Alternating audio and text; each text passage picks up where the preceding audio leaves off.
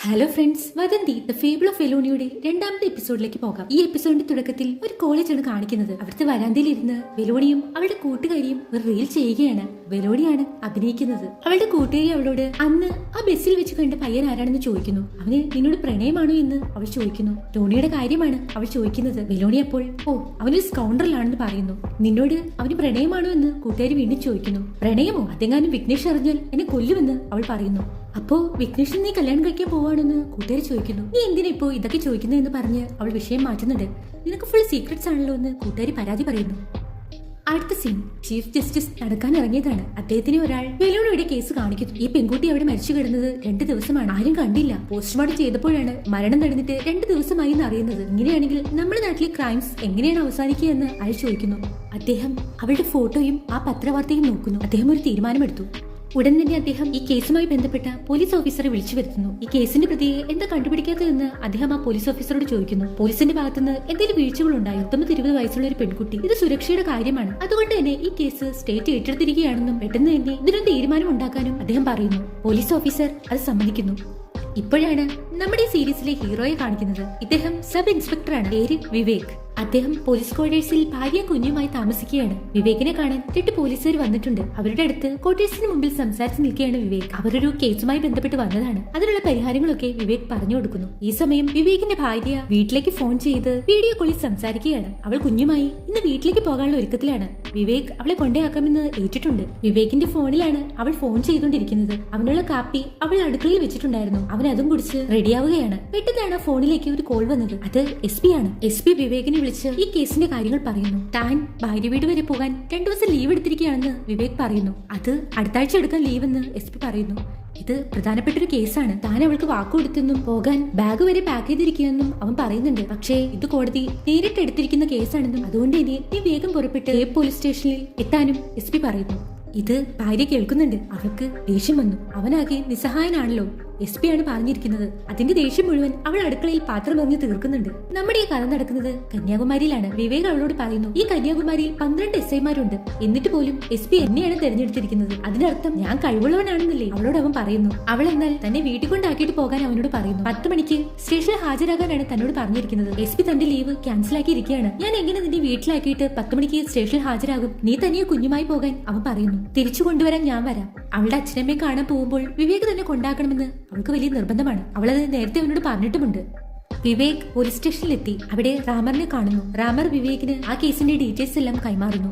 അവർ വെലോണിയുടെ body കിട്ടിയിടത്തേക്ക് പോവുകയാണ്. അതിനു മുമ്പേ നമുക്കൊന്ന് ലോഡ്ജിൽ പോകാമെന്ന് റാമർ പറയുന്നു. നമുക്ക് ഈ കേസിനായി 2 കോൺസ്റ്റബിൾമാരെ വേണമല്ലോ എന്ന് വിവേക് പറയുന്നു. അത് നമുക്ക് റെഡിയാക്കാമെന്ന് റാമർ പറയുന്നുണ്ട്. കോൺസ്റ്റബിൾ അമൽരാജിനെ നമുക്ക് കൂടെ കൂട്ടാമെന്ന് റാമർ പറയുന്നു. അവൻ നല്ലപോലെ ജോലി ചെയ്യും. റാമറുടെ സംസാരവും ഭാഷയും ഒക്കെ വേറെ രീതിയിലാണ്. അത് കേട്ടിട്ട് വിവേകിന് നല്ല കൗതുകം വരുന്നുണ്ട്. പോകുന്ന വഴിക്ക് അവരൊരു ചായ കുടിക്കുന്നു. അവർ ചായ കുടിച്ചുകൊണ്ട് നിൽക്കുമ്പോൾ റാമർ വെലോണിയെ കുറിച്ച് പറയുന്നു. അവളുടെ സ്വഭാവം ശരിയല്ലായിരുന്നു എന്നാണ് റാമർ പറയുന്നത്. അതെന്താ അങ്ങനെയെന്ന് വിവേക് ചോദിക്കുന്നു. അവൾക്ക് 18 വയസ്സാണ് പ്രായം. ഇറുകി പിടിച്ച ഡ്രസ്സാണ് അവൾ ഇടുന്നത്. ജൂലി പടത്തിലെ ലക്ഷ്മിയെ പോലെയാണ് അവൾ. കൂടാതെ പയ്യന്മാരുടെ കൂടെ കറക്കം. ഇതൊക്കെ റാമർ അങ്ങ് അസ്യൂം ചെയ്ത് പറയുകയാണ്. ഇത് കേട്ടതും വിവേകിന് അത് ഇഷ്ടപ്പെടുന്നില്ല. അതിനിപ്പോ എന്താണെന്ന് വിവേക് ചോദിക്കുന്നു. അതിനിപ്പോ ഒന്നുമല്ല, ചിലപ്പോൾ അവൾ ചീത്തയായിരുന്നിരിക്കാമെന്ന് റാമർ പറയുന്നു. അവളെ വിവാഹം കഴിക്കാനിരുന്ന വിഘ്നേഷിന് ഇത് പ്രശ്നമായിട്ടുണ്ടാകണം. അങ്ങനെ സംശയം തോന്നിയത് കൊണ്ടാണ് ഞങ്ങൾ അവനെ കസ്റ്റഡിയിൽ വെച്ചിരിക്കുന്നതെന്ന് റാമർ പറയുന്നു.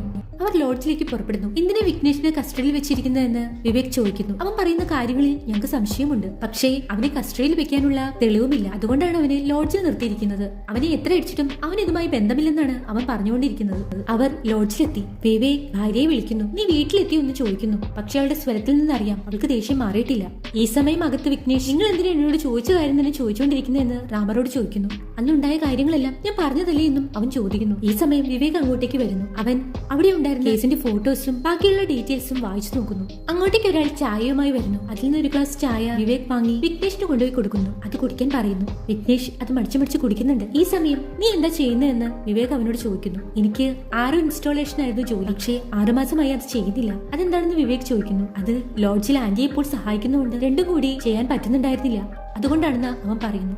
വിവേക് അവനോട് അന്ന് വെലോണിയെ കാണാതാവുന്ന ദിവസം വൈകിട്ട് 7 മണിക്ക് ആന്റിയുടെ വീട്ടിൽ നിന്ന് അവളെ കൂട്ടിക്കൊണ്ടുവരാൻ വെലോണി നിന്നോട് പറഞ്ഞിരുന്നതല്ലേ, അപ്പൊ പിന്നെ വെലോണി വേറെ എവിടെയെങ്കിലും പോകാൻ പ്ലാൻ ചെയ്തിട്ടുണ്ടാവില്ലല്ലോ എന്ന് അവനോട് പറയുന്നു. പക്ഷേ ആന്റി പറയുന്നത് അവൾ അവിടെ എത്തിയിട്ടില്ലെന്നാണ്. അങ്ങനെയെങ്കിൽ നിങ്ങൾ ആരോ ഒരാൾ കള്ളം പറയുന്നുണ്ട്. അത് നീയാണോ വെലോണിയാണോ? ചിലപ്പോൾ അത് ആന്റി ആയിരിക്കില്ലേ എന്ന് വിഘ്നേഷ് ചോദിക്കുന്നു. എന്തായാലും അതൊക്കെ നമുക്ക് കണ്ടുപിടിക്കാം. ഞങ്ങൾക്ക് നീ പറയുന്നത് വിശ്വാസമാകുന്നത് വരെ ഞങ്ങൾ ഇടയ്ക്കിടയ്ക്ക് വന്ന് നിന്നെ ഇതുപോലെ ചോദ്യം ചെയ്യുമെന്ന് വിവേക് പറയുന്നു. അന്ന് നടന്ന കാര്യങ്ങൾ കൃത്യമായി എന്നോട് പറയാനും വിവേക് പറയുന്നു. അവനത് കുടിച്ചുകൊണ്ടിരിക്കുന്ന സമയം വെലോണി തന്റെ റൂമിലേക്ക് വന്നത് ഓർക്കുന്നു. അവൻ വിവേകിനോട് താൻ അറിയുന്നതെല്ലാം സത്യമാണെന്നും പറഞ്ഞ് വീണ്ടും അന്നുണ്ടായ സംഭവങ്ങൾ ആവർത്തിക്കുന്നു.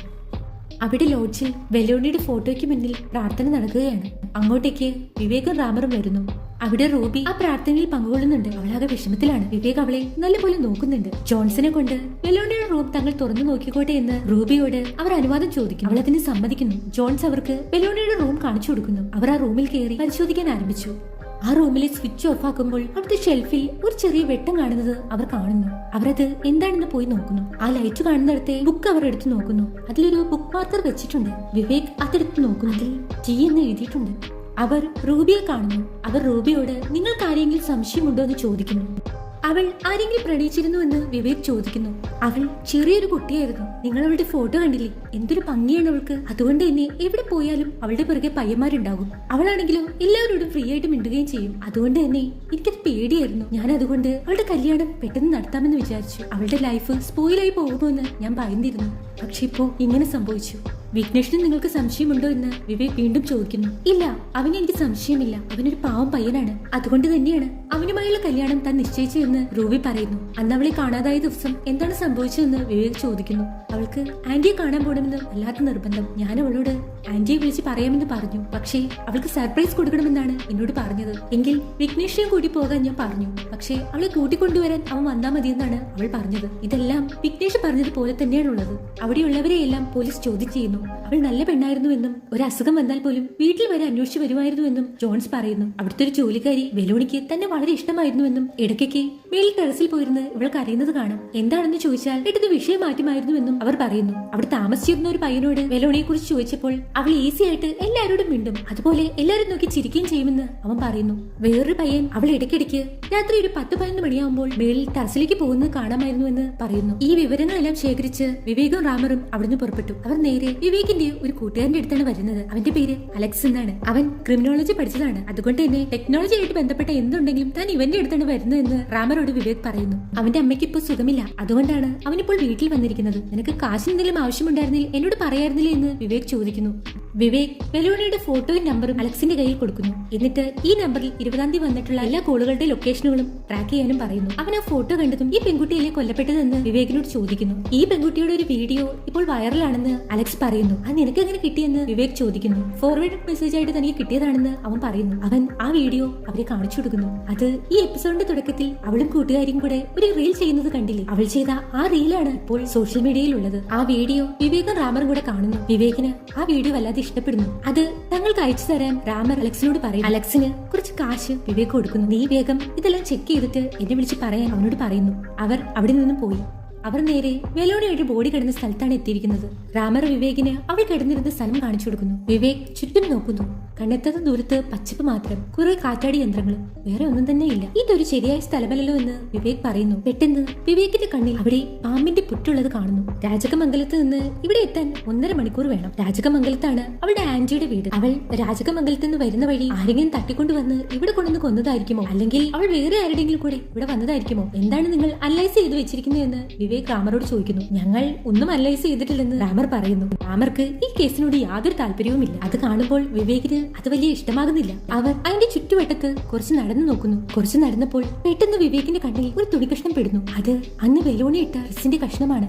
ബോഡി കിടന്നെടുത്ത് നിന്ന് ഏകദേശം 100 അടി മാറിയാണ് ഈ തുണിക്കഷ്ണം കിടക്കുന്നത്. അത് കാറ്റിൽ പറന്ന് വന്നതായിരിക്കുമെന്ന് റാമർ പറയുന്നു. അന്ന് ബോഡി കണ്ടപ്പോൾ നിങ്ങൾ അതിനു ചുറ്റും എത്ര അടി പരിശോധിച്ചിരുന്നു എന്ന് വിവേക് ചോദിക്കുന്നു. ഒരു 49 അടി ഞങ്ങൾ പരിശോധിച്ചിരുന്നു എന്ന് റാമർ പറയുന്നു. അങ്ങനെയെങ്കിൽ കാറ്റത്ത് പറന്ന് വന്നതാണെങ്കിൽ ഈ തുണിക്കഷ്ണം നിങ്ങൾ അന്ന് ശ്രദ്ധിച്ചേനെ. അവിടെ ഒരു പാതയുണ്ട്. ഈ പാത എങ്ങോട്ടേക്കാണ് പോകുന്നതെന്ന് വിവേക് ചോദിക്കുന്നു. അത് ഒറ്റപ്പാറയിലേക്കാണെന്ന് റാമർ പറയുന്നു. നമുക്ക് ഇപ്പൊ തന്നെ ഒറ്റപ്പാറയിലേക്ക് പോയി നോക്കാമെന്ന് വിവേക് പറയുന്നു. എനിക്ക് വിശക്കുന്നു സാർ, അവിടെ ഒരു ചായക്കട പോലും ഉണ്ടാകില്ലെന്ന് റാമർ വിവേകിനോട് പറയും. ഈ സമയം റാമറിന് അമൽരാജിന്റെ കോൾ വരുന്നു. ആ വിഘ്നേഷിന് നമ്മൾ എന്താണ് ചെയ്യേണ്ടതെന്നാണ് അവൻ വിളിച്ചു ചോദിക്കുന്നത്. അവനെ വിട്ടയക്കാൻ വിവേക് പറയുന്നു. അവനെ പിടിച്ചു വെക്കാൻ നമ്മുടെ കയ്യിൽ മതിയായ കാരണങ്ങളില്ലല്ലോ. ടോണിയുടെ ഫ്രണ്ടായ ആ എഡ്വേർഡ് ആണല്ലോ ആദ്യം വെലോണിയെ തിരിച്ചറിഞ്ഞത്. അവനെ നാളെ കൂട്ടിക്കൊണ്ടുവരാൻ റാമറോട് വിവേക് പറയും. ഒറ്റപ്പാറയ്ക്ക് പോകാതെ തിരിച്ചു പോകുന്നു. ആ നോവലിസ്റ്റ് തന്റെ ടൈപ്പ് റൈറ്ററിൽ ഒരു നോവൽ ടൈപ്പ് ചെയ്യുന്നത് പിന്നെയും കാണിക്കുന്നു. അദ്ദേഹത്തിന്റെ പേര് കി സെബാസ്റ്റ്യൻ എന്നാണ്. അദ്ദേഹം നമ്മുടെ ആ ലോഡ്ജിൽ റൂം എടുക്കാൻ വന്നിരിക്കുന്നത് കാണിക്കുന്നു. ഇത് പഴയ കാലമാണ്. അദ്ദേഹം നോവലിസ്റ്റ് ആണല്ലോ. അത് എഴുതാൻ പറ്റിയ ആംബിയൻസ് ഉള്ള നല്ല ലോഡ്ജുകളാണല്ലോ അദ്ദേഹം തിരഞ്ഞെടുക്കുക. അദ്ദേഹത്തിന് ഈ ലോഡ്ജ് നല്ലപോലെ ഇഷ്ടപ്പെട്ടിട്ടുണ്ട്. നിങ്ങൾ ഇത് നല്ലപോലെ മെയിൻറ്റെയിൻ ചെയ്തിട്ടുണ്ടല്ലോ എന്ന് റൂബിയോട് അദ്ദേഹം പറയുന്നു. കാറ്റൊക്കെയുള്ള നല്ലൊരു റൂം തരാൻ അവളോട് അയാൾ പറയുന്നു. അവൾ ഒരു റൂം നമ്പർ സെലക്ട് ചെയ്ത് അത് തുറന്നു കൊടുക്കാനായി പോകുന്നു. അപ്പോഴേക്കാണ് അവിടേക്ക് വെലോണി വരുന്നത്. വെലോണിയെ റൂബി വിളിക്കുന്നു. പക്ഷെ അവൾ തിരിഞ്ഞു നോക്കിയത് വളരെ പതുക്കെയാണ്. അത് പറഞ്ഞ് അമ്മ അവളെ വഴക്ക് പറയുന്നു. ഈ അങ്കിളിനെ കൊണ്ടുപോയി ആ റൂം കാണിച്ചു കൊടുക്കാൻ റൂബി പറയുന്നു. പക്ഷേ തനിക്ക് വിശക്കുന്നെന്നും താനിപ്പോൾ വന്നതേ ഉള്ളൂ എന്നും അവൾ അമ്മയോട് തർക്കിക്കുന്നുണ്ട്. പക്ഷേ അവളുടെ അമ്മ അവളെ നല്ലപോലെ ചീത്ത പറയുന്നു. എന്നിട്ട് താൻ പറയുന്നത് അനുസരിക്കാനും പറയുന്നത് തന്നെ ഈ അങ്കിളിനെ കൊണ്ടുപോയി ആ റൂം കാണിച്ചു കൊടുക്കാൻ അവർ ആവശ്യപ്പെടുന്നു. അവൾക്ക് പക്ഷേ അമ്മയെ എതിർക്കാനാകുന്നില്ല. അവൾ അമ്മയുടെ നിർബന്ധം കൊണ്ട് അയാളുമായി ആ റൂമിലേക്ക് ചെല്ലുന്നു. ഇവരുടെ ഈ പിണക്കങ്ങൾ ആ നോവലിസ്റ്റ് ശ്രദ്ധിക്കുന്നുണ്ട്. അവൾ അയാളോട് നല്ലപോലെ സംസാരിക്കുന്നുണ്ട്. അവളുടെ സംസാരം അയാൾക്ക് വളരെ ഇഷ്ടമാകുന്നു. അവർ രണ്ടുപേരും എന്തൊക്കെയോ പറഞ്ഞ് ചിരിക്കുന്നുണ്ട്. രാത്രിയായി. അയാൾ തന്റെ ടൈപ്പ് റൈറ്ററിൽ എന്തോ ടൈപ്പ് ചെയ്യുകയാണ്. പെട്ടെന്നാണ് താഴത്തെ റൂമിൽ നിന്ന് എന്തോ ശബ്ദം കേൾക്കുന്നത്. അയാൾ ചെന്ന് ജനാലിൽ കൂടെ നോക്കുന്നു. അവിടെ വെലോണിയുടെ അമ്മ വെലോണിയെ നല്ലപോലെ ചീത്ത പറയുകയാണ്. എന്റെ ജീവിതവും ഇങ്ങനെയായി, നിനക്കിങ്ങനെ നല്ല ജീവിതം കിട്ടട്ടെ എന്ന് കരുതിയാണ് ഞാൻ ഓരോന്ന് പറയുന്നതെന്ന് അമ്മ അവളോട് പറയുന്നുണ്ട്. അങ്ങനെയാണെങ്കിൽ തന്നെ വെറുതെ വിടാനും അങ്ങനെയാണെങ്കിൽ തനിക്ക് നല്ല ജീവിതം കിട്ടുമെന്നും വെലോണി പറയുന്നു. വെറുതെ വിടാനോ? നീ ഇങ്ങനെ ഫ്ലേർട്ട് ചെയ്ത് നടക്കുന്നത് കാണുമ്പോൾ തന്നെ അറിയാം നല്ല ജീവിതം കിട്ടുമെന്ന് പറഞ്ഞ് അമ്മ വഴക്ക് പറയുന്നു. ഞാൻ ഫ്ലേർട്ട് ചെയ്യാറില്ലെന്ന് അവൾ അമ്മയോട് തിരിച്ച് ഒച്ചയിടുന്നുണ്ട്. ഇതെല്ലാം അയാളെ ജനാലയിലൂടെ കാണുന്നു. വെലോണി അകത്ത് പോയി ഒരു പെട്ടി തുറക്കുന്നു. അതിൽ നിന്ന് ഒരു കണ്ണാടി എടുത്ത് അവൾ തന്നെ കണ്ണിൽ വെക്കുന്നു. കൂടാതെ ഒരു ലൈറ്ററും എടുത്ത് അത് കയ്യിൽ പിടിക്കുന്നു. അത് അവളുടെ അച്ഛന്റെ ആണെന്ന് തോന്നുന്നു. രാത്രി നമ്മുടെ നോവലിസ്റ്റ് ടെറസിൽ ഇരിക്കുകയായിരുന്നു. അവിടെ ഇരുന്ന് ഒരു സിഗരറ്റ് വലിക്കുകയാണ്. പെട്ടെന്നാണ് അങ്ങോട്ടേക്ക് വെലോണി വരുന്നത്. അവൾ ആരെങ്കിലും കാണുന്നുണ്ടോ എന്ന് ചുറ്റും നോക്കുന്നുണ്ട്. അവിടെ ഇദ്ദേഹത്തെ കണ്ട് വെലോണി ഞെട്ടുന്നു. പേടിച്ചു പോയോ എന്ന് അയാൾ ചോദിക്കുന്നു. ഓ, നിങ്ങളല്ലേ? പക്ഷെ അമ്മയായിരുന്നെങ്കിൽ ഞാൻ പേടിച്ചു പോയനെ എന്ന് അവൾ പറയുന്നു. അവിടെ നിന്ന് അയാൾ പോകാൻ ഒരുങ്ങുന്നു. അവൾ അയാളെ വിളിച്ച് ഞാൻ കരുതി താങ്കൾ എന്നോട് സംസാരിക്കുമെന്ന് ഇവിടെ വന്നിരിക്കാനും അവൾ പറയുന്നു.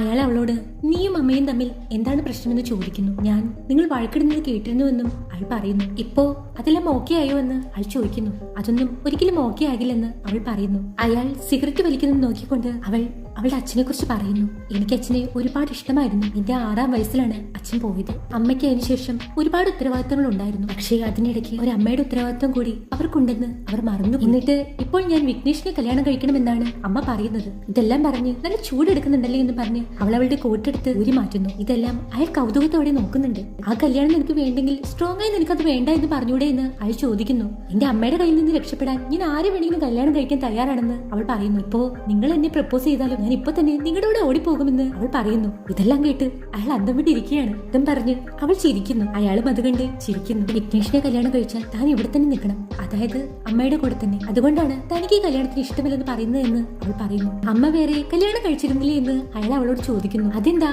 എന്നെ വിട്ടിട്ട് അമ്മയെ കല്യാണം ആലോചിക്കാൻ പോകുകയാണോ എന്ന് അവൾ കളി പറയുന്നു. അവർ രണ്ടുപേരും അവിടെ ഇരുന്ന് ചിരിക്കുന്നു. അയാൾ പൊട്ടി പൊട്ടി ചിരിക്കുന്നു. അയാൾക്ക് അവളെ വളരെ ഇഷ്ടമാവുന്നുണ്ട്. അയാൾ അവളെ നോക്കി നിൽക്കുന്നു. അടുത്ത സീനിൽ വിവേക് ടോണിയുടെ ആ കൂട്ടുകാരുടെ അടുത്ത് നിൽക്കുന്നതാണ് കാണിക്കുന്നത്. അവനോട് വെലോണിയുടെ കാര്യം വിവേക് തിരക്കുന്നു. താൻ അവളുടെ ഫ്രണ്ടൊന്നുമല്ലെന്നും പള്ളിയിൽ വന്ന് കണ്ടുള്ള പരിചയമാണെന്നും അവൻ പറയുന്നു. അവൾക്ക് ആരെങ്കിലും ഇഷ്ടമായിരുന്നു എന്ന് വിവേക് അവനോട് ചോദിക്കുന്നു. തനിക്ക് അതൊന്നും അറിയില്ല എന്ന് അവൻ പറയുന്നു. അവൻ ടോണിയുടെ കാര്യമൊന്നും വിവേകിനോട് പറയുന്നില്ല. ഈ സമയം വിവേകിന് ഒരു കോള് വരുന്നു. അവൻ അത് എടുക്കുന്ന സമയത്ത് എഡ്വേർഡ് സൈഡിലേക്ക് നോക്കുന്നത് വിവേക് കാണുന്നു. അവന്റെ മുഖത്ത് എന്തോ പരിഭ്രമമുണ്ട്. വിവേക് അവൻ നോക്കിയ സ്ഥലത്തേക്ക് നോക്കുന്നു. പക്ഷേ ആരെയും കാണുന്നില്ല. അത് അലക്സ് ആണ് വിളിച്ചത്. ആ നമ്പറിലേക്ക് 20-ാം തീയതി 12 കോളാണ് വന്നിട്ടുള്ളത്. 7 കോള് പുറത്തേക്ക് വിളിച്ചിട്ടുമുണ്ട്. അത് ഇരണിയൽ ടവറിന്റെ കീഴിൽ തന്നെയാണ് എല്ലാ കോളുകളും വന്നിരിക്കുന്നത്. അവൾക്ക് സോഷ്യൽ മീഡിയ അക്കൗണ്ട്സ് ഒന്നും ഇല്ലെന്നും അവൻ പറയുന്നു. അപ്പോൾ പിന്നെ ആ വീഡിയോ എവിടുന്ന് വന്നു എന്ന് വിവേക് ചോദിക്കുന്നു. അത് റോസി 2000 എന്ന പേരിലുള്ള ഒരു സോഷ്യൽ മീഡിയ അക്കൗണ്ടിൽ നിന്നാണ് പോസ്റ്റ് ചെയ്തിരിക്കുന്നതെന്ന് അവൻ പറയുന്നു. അടുത്ത സീനിൽ വിഘ്നേഷിനെ അമൽരാജ് കൊണ്ടുവന്ന് ലോഡ്ജിൽ ഇറക്കി വിടുന്നു. അവനാകെ ഇടികൊണ്ട് അവശനായിട്ടുണ്ട്. അവൻ റൂബിയുടെ റൂമിലേക്ക് ചെല്ലുന്നു. റൂബിക്ക് പനിയാണ്. അവളോട് ഡോക്ടറെ കാണാൻ പോകാൻ പറഞ്ഞിട്ട് കേൾക്കുന്നില്ലെന്ന് അവിടുത്തെ ജോലിക്കാരി പറയുന്നു. അവൻ റൂബിയുടെ അടുത്തേക്ക് ചെല്ലുന്നു. ഒന്നും പറയാതെ അവൻ വെലോണിയുടെ ഫോട്ടോ നോക്കുന്നു. വിവേക് വീട്ടിലെത്തിയിട്ടുണ്ട്. അവൻ വെലോണി വീഡിയോ കാണുകയാണ്. അത് കണ്ട് അവൻ ചെറുതായി മയങ്ങി പോകുന്നു. പെട്ടെന്ന് അവന് നേരത്തെ എഡ്വേർഡ് ആരോ കണ്ട് തിരിഞ്ഞു നോക്കിയത് ഓർമ്മ വരുന്നു. വിവേക് വേഗം തന്നെ അവർ സംസാരിച്ചുകൊണ്ട് നിന്നിരുന്നിടത്ത് ഒരു ഷോപ്പിലേക്ക് ചെല്ലുന്നു. അവിടുത്തെ CCTV ഫൂട്ടേജസ് ചെക്ക് ചെയ്യുന്നു. ആ CCTV ഫൂട്ടേജസിൽ അവർ അവിടെ സംസാരിച്ചു നിൽക്കുമ്പോൾ ഒരു പയ്യൻ വന്ന് എത്തി നോക്കുന്നത് കാണാം. അങ്ങോട്ടേക്ക് റാമർ എഡ്വേർഡിനെ കൊണ്ടുവരുന്നു. അതാരാണെന്ന് വിവേക് അവനോട് ചോദിക്കുന്നു. തനിക്ക് അറിയില്ലെന്ന് അവൻ പറയുന്നു. റാമറിന്റെ 2 അടി കൊണ്ടപ്പോൾ അവനത് ടോണിയാണെന്ന് പറയുന്നു. വിവേക് തന്റെ പോക്കറ്റിലുണ്ടായിരുന്ന ആ ബുക്ക് മാർക്കർ എടുക്കുന്നു. അതിൽ T എന്നാണുള്ളത്. T for Tony. അടുത്ത സീനിൽ വിവേകും റാമറും ടോണിയുടെ വീട്ടിലാണുള്ളത്. അവന്റെ അച്ഛനോട് സംസാരിക്കുന്നു. ശരിക്കും ടോണി അവിടെ ഇല്ല. അവൻ എവിടെയോ ഓടിപ്പോയിരിക്കുകയാണ്. അവൻ ഇതിലൊന്നും ബന്ധമുണ്ടാകില്ലെന്ന് അച്ഛൻ പറയുന്നു. പക്ഷെ പേടിച്ചിട്ടാകാം അവൻ ഓടിപ്പോയതെന്നും അച്ഛൻ പറയുന്നു. അവനോട് വന്ന് ഞങ്ങളുടെ മുമ്പിൽ ഹാജരാകാൻ പറയാൻ അവർ അച്ഛനോട് പറയുന്നു. അല്ലെങ്കിൽ വലിയ പ്രശ്നമാകുമെന്നും അവർ പറയുന്നു. ഈ സമയം വിവേക് ഒരു ചായ കുടിക്കുന്നുണ്ട്. അതിൽ ഏലക്ക ഇട്ടത് കണ്ട് നിങ്ങൾ നെടുങ്കണ്ടക്കാരാണോ എന്ന് അച്ഛനോട് വിവേക് ചോദിക്കുന്നു. അതേന്ന് അയാൾ പറയുന്നു. അവരുടെ എസ്റ്റേറ്റിൽ നിന്ന് പറിച്ച ഏലക്കായാണ് അതിലിട്ടിട്ടുള്ളത്. ഇത് കേട്ട് റാമർ അന്തം വിട്ടു പോകുന്നു. റാമർ വിവേകിനോട് അമൽരാജിനെ നെടുങ്കണ്ടത്തേക്ക് അയക്കട്ടെ എന്ന് ചോദിക്കുന്നു. പക്ഷെ അത് വേണ്ടെന്നും ആ അച്ഛൻ പറയുന്നത് സത്യമായിരിക്കുമെന്നും ടോണി എവിടെയാണെന്ന് അയാൾക്ക് അറിയില്ലാത്തത് സത്യമാണെന്ന് വിവേക് റാമറിനോട് പറയുന്നു. അതെങ്ങനെ അറിയാമെന്ന് റാമർ ചോദിക്കുന്നു. ആ അച്ഛന്റെ ശബ്ദത്തിൽ നിന്ന് തനിക്ക് മനസ്സിലായി എന്ന് വിവേക് പറയുന്നു. പോലീസ് ലോഡ്ജിലെ എല്ലാ രജിസ്റ്ററും പരിശോധിക്കുകയാണ്. അവർ അതുമായി പോകുന്നു. ഈ സമയം ഒരാൾ വന്ന് അവിടെ റൂം എടുക്കുന്നത് കാണിക്കുന്നു. അത് നമ്മുടെ പത്രത്തിന്റെ ആളാണ്. അയാൾ റൂമിലേക്ക് ചെല്ലുന്നു. ഈ സമയം ആ എഡിറ്റർ വിളിക്കുന്നുണ്ട്. അയാൾ വിളിച്ച് വെലോണിയെ പറ്റി എന്തെങ്കിലും സെൻസേഷനായി ന്യൂസ് കളക്ട് ചെയ്യാനും പറയുന്നു. അയാൾ 1-2 കാര്യം ഈ വന്നിരിക്കുന്നയാളെ ചട്ടം കെട്ടുന്നു. അവിടുത്തെ പോലീസ് സ്റ്റേഷനിൽ പോയി ഏതെങ്കിലും ഒരു PCയെ പണം കൊടുത്ത് വശത്താക്കണം. കൂടാതെ അവൾ ആരെങ്കിലും പ്രണയിച്ച കാര്യമോ ഏതെങ്കിലും ചെറുപ്പക്കാരനെയോ വൃദ്ധനെയോ അങ്ങനെ പ്രണയിച്ച കാര്യമോ അങ്ങനെ എന്തെങ്കിലും സെൻസേഷനായി കണ്ടുപിടിക്കാൻ അയാളോട് പറയുന്നു. അങ്ങനെ നെഗറ്റീവ് ആയിട്ടുള്ള എന്തെങ്കിലും വാർത്തകളാണ് അയാൾക്ക് വേണ്ടത്. എന്നാലല്ലേ പത്രത്തിന് റീച്ച് കൂടുള്ളൂ. വിവേക് ചെന്ന് ഭാര്യയും കുഞ്ഞിനെയും വീട്ടിലേക്ക് കൂട്ടിക്കൊണ്ടുപോകുന്നു. അന്ന് രാത്രി ഉറങ്ങാൻ കിടക്കാൻ നേരം വിവേകും ഭാര്യയും വെലോണിയെ കുറിച്ച് സംസാരിക്കുന്നു. അവളെ കുറിച്ച് അവൻ സംസാരിക്കുമ്പോൾ തന്നെ ഭാര്യ ഉറങ്ങിപ്പോകുന്നു. അവന്റെ ഫോൺ എടുത്ത് വെലോണിയുടെ ആ വീഡിയോ വീണ്ടും കാണുന്നു. അവന്റെ മുഖത്ത് ഒരു പുഞ്ചിരി വരുന്നുണ്ട്. അവൻ എന്തോ വെലോണിയുമായി വല്ലാത്ത കണക്ഷൻ വരുന്നുണ്ട്. അടുത്ത ദിവസം വിവേകും കൂട്ടരും ഒറ്റപ്പാറയിലേക്ക് പോകുന്നു. ആരോ ഒരാൾ റാമറെ വിളിച്ച് ഒറ്റപ്പാറയിൽ ചെന്നാൽ എന്തോ ഒരു തുമ്പ് കിട്ടുമെന്ന് പറഞ്ഞിട്ടുണ്ട്. അതനുസരിച്ചിട്ടാണ് ഇവരിപ്പോൾ പുറപ്പെട്ടിട്ടുള്ളത്. ഇതാരാണ് ഇങ്ങനെ ഒരു റിപ്പോർട്ട് തന്നതെന്ന് റാമറിനോട് വിവേക് ചോദിക്കുന്നു. അത് നമുക്ക് വിടാമെന്നും അതിലൊരു പ്രശ്നമുണ്ടെന്നും റാമർ പറയും. അവർക്ക് കിട്ടിയ ഇൻഫർമേഷൻ അനുസരിച്ച് ഒരു സ്ഥലത്ത് എത്തുന്നു. അവിടെ ഒരു പഴയ കെട്ടിടം കാണുമ്പോൾ തന്നെ ഭീതി ഉണർത്തും. അവർ അതിനകത്തേക്ക് പോയി നോക്കുന്നു. അത് ആരും ഉപയോഗിക്കാത്തൊരു കെട്ടിടമാണ്. അവിടെ വിവേക് വെലോണിയുടെ ആ ഡ്രസ്സിന്റെ ചെറിയൊരു കഷ്ണം കാണുന്നു. അവിടെ എന്തോ സംഭവിച്ചിട്ടുണ്ട്. പക്ഷെ അത് കളഞ്ഞിരിക്കുകയാണ്. ഫോറൻസിക്കിൽ നിന്ന് ആളെ വിളിക്കാനായി വിവേക് റാമറോട് പറയുന്നു. ഫോറൻസിക് ഉദ്യോഗസ്ഥൻ അങ്ങോട്ടേക്ക് വരുന്നു. അദ്ദേഹത്തോട് വിവേക് കാര്യങ്ങൾ പറയുന്നു. അവിടെ ഒന്ന് പരിശോധിക്കണമെന്നും എന്തെങ്കിലും ക്ലൂ കിട്ടുമെന്ന് നോക്കാനുമാണ് അദ്ദേഹത്തെ വിളിച്ചു വരുത്തിയിരിക്കുന്നത്. ഈ സമയം അമൽരാജ് പ്രായമായ സ്ത്രീയുമായി അങ്ങോട്ടേക്ക് വരുന്നു. ആ സ്ത്രീ തൊട്ടപ്പുറത്ത് താമസിക്കുന്നതാണെന്നും ഈ സ്ഥലമെല്ലാം ഈ സ്ത്രീയുടെ ആണെന്ന് പറയുന്നുവെന്ന് അമൽരാജ് പറയുന്നു. അവർക്ക് വെലോണിയുടെ ഫോട്ടോ കാണിച്ചു കൊടുത്ത് ഇവളെ ഇവിടെ എങ്ങാനും കണ്ടിരുന്നുവെന്ന് വിവേക് ചോദിക്കുന്നു. ഈ കുട്ടി കുറച്ച് ദിവസങ്ങൾക്ക് മുമ്പ് കൊല്ലപ്പെട്ടു. ആ അമ്മ ആ ഫോട്ടോ സൂക്ഷിച്ചു നോക്കുന്നു. അടുത്ത സീനിൽ അവർ അമ്മയുടെ വീടിന് മുമ്പിൽ നിൽക്കുന്നതാണ് കാണിക്കുന്നത്. ആ അമ്മ പറയുന്നു, ഈ ഒറ്റപ്പാറ മുഴുവൻ ഞങ്ങളുടേതായിരുന്നു. പക്ഷെ ഇപ്പോ അല്ല, എല്ലാം വിറ്റുപോയി. ഇപ്പോ കുറച്ച് സ്ഥലങ്ങൾ മാത്രമേ ഞങ്ങൾക്കുള്ളൂ. ഞാനും എന്റെ 3 മക്കളും ഇവിടെ തന്നെയാണ് താമസം. മക്കൾ മലയ്ക്ക് മുകളിൽ പോയിരിക്കുകയാണ്. അവർ ഉച്ചയ്ക്ക് ശേഷം തിരിച്ചു വരും. മലയുടെ താഴെ ഇവർക്ക് കുറച്ച് സ്ഥലമുണ്ട്. അത് വണ്ടികളൊക്കെ നിർത്താൻ പാർക്കിംഗ് സ്പേസ് ആയി കൊടുക്കുകയാണ്. അതിൽ നിന്ന് ഇവർക്ക് കുറച്ച് വരുമാനമുണ്ട്. ചെറുപ്പക്കാരൊക്കെ ജോഡികളായി ഇവിടെ വരാറുണ്ട്. അങ്ങനെയൊക്കെ കണ്ടാൽ ഞാൻ അവരെ ഓടിച്ചുവിടും. ഒന്നാമത് കാട്ടിൽ മൃഗങ്ങൾ ഉണ്ടാകും. അവരെങ്ങാനും ഇവരെ പിടിച്ചാലോ? സാറിപ്പോ ഒരു പെൺകുട്ടിയുടെ ഫോട്ടോ കാണിച്ചില്ലേ? അവളും ഒരാളും കൂടെ ആ മലയുടെ മുകളിൽ വരെ പോയത് ഞാൻ കണ്ടതാണ്. ഞാൻ അവരെ വിലക്കി പറഞ്ഞു വിട്ടതാണ്. എന്താണ് നിങ്ങൾ അവരെ കണ്ടതെന്ന് റാമർ ചോദിക്കുന്നു. അതൊരു 2 ആഴ്ചയ്ക്ക് മുമ്പാണെന്ന് ആ അമ്മ പറയുന്നു. ആ ആൾ കാണാൻ എങ്ങനെയായിരുന്നു എന്ന് വിവേക് ചോദിക്കുന്നു. അത് കുറച്ച് കറുത്തിട്ട് നല്ല ഉയരമുണ്ടായിട്ടായിരുന്നുവെന്ന് ആ അമ്മ പറയുന്നു. വിവേക് അത് ടോണിയാണോ എന്ന് ഉറപ്പിക്കാൻ ടോണിയുടെ അച്ഛനെ വിളിച്ച് ഒരു ഫോട്ടോ അയച്ചുതരാൻ പറയാൻ പറയുന്നു. റാമർ ഉടനെ തന്നെ ടോണിയുടെ അച്ഛനെ വിളിച്ച് ഫോട്ടോ വാങ്ങിക്കുന്നു. ആ ഫോട്ടോ ആ അമ്മയെ കാണിക്കുന്നു. പക്ഷേ ഇതൊരു ചെറുപ്പക്കാരനല്ലേ? ആ ആൾക്ക് കുറച്ച് പ്രായമുണ്ടായിരുന്നു എന്ന് ആ അമ്മ പറയുന്നു. ഈ സമയം ഫോറൻസിക് ഉദ്യോഗസ്ഥൻ വന്ന് ഇവരെ വിളിക്കുന്നു. അവിടെ ആ കെട്ടിടത്തിൽ അങ്ങിങ്ങായി കുറച്ച് ഓരപ്പാടുകളുണ്ട്. അത് അദ്ദേഹം കണ്ടുപിടിച്ചു കഴിഞ്ഞു. നേരത്തെ വിവേക് വിചാരിച്ചത് കറക്റ്റ് ആണ്. അവിടെ എന്തോ സംഭവിച്ചിട്ടുണ്ടെന്ന് അദ്ദേഹം പറയുന്നു. ആ സാമ്പിൾസ് വേഗം ലാബിലേക്ക് അയക്കാൻ തീരുമാനമെടുക്കുന്നു.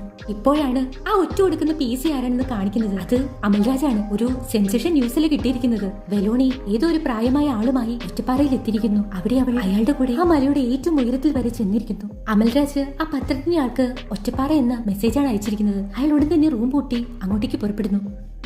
അടുത്ത സീനിൽ അയാൾ ഈ സംഭവങ്ങളെല്ലാം ഒടിപ്പും തോങ്ങലും വെച്ച് എഴുതി എഡിറ്റർക്ക് കൊടുക്കുന്നതാണ് കാണിക്കുന്നത്. അതിലയാൾ വെലോണി കൊല്ലപ്പെട്ടതും അത് മമതയായി തെറ്റിദ്ധരിച്ചതും പിന്നീട് അത് വെലോണിയാണെന്ന് മനസ്സിലായതും അതിനെ തുടർന്ന് പത്രത്തിന്റെ റിപ്പോർട്ടർമാരും പോലീസുകാരും സഹകരിച്ച് ഇതിന്റെ സത്യാവസ്ഥ കണ്ടുപിടിക്കാൻ ശ്രമിക്കുന്നതായും അതുപ്രകാരം വെലോണിയുടെ സ്വഭാവത്തെക്കുറിച്ച് സംശയം ഉണരുന്നതായും അയാൾ എഴുതിയിരിക്കുന്നു. വെലോണിക്ക് ടോണിയുമായും വിഘ്നേഷുമായും ഒരേ സമയം ബന്ധമുണ്ടായിരുന്നുവെന്നും എന്നാൽ പരസ്പരം അവർക്ക് തമ്മിൽ അറിയാമായിരുന്നില്ലെന്നും അയാൾ അതിൽ എഴുതി ചേർത്തിരിക്കുന്നു. അതേസമയം ഇവർ രണ്ടുപേരുമല്ലാതെ മൂന്നാമതൊരാളുമായി വെലോണിയെ ഒറ്റപ്പാറയിൽ വെച്ച് കണ്ടതായി പോലീസിന് വിവരം ലഭിച്ചിട്ടുണ്ടെന്നും അയാൾ എഴുതിയിരിക്കുന്നു. തന്റെ സൗന്ദര്യം കൊണ്ട് ആകർഷിപ്പിക്കാറുണ്ടായിരുന്ന വെലോണി അതിൽ തന്നെ വീണുപോയതായിരിക്കുമെന്ന് പോലീസ് അനുമാനിക്കുന്നുവെന്നും അയാൾ എഴുതി ചേർത്തിരിക്കുന്നു. ഇതെല്ലാം വായിച്ചിട്ട് എഡിറ്റർക്ക് സന്തോഷമായിട്ടുണ്ട്. അയാൾ അത് ഒപ്പുവെച്ച് പ്രസിദ്ധീകരിക്കാൻ വിടുന്നു. അയാൾക്ക് ഇത് തന്നെയായിരുന്നു വേണ്ടിയിരുന്നത്.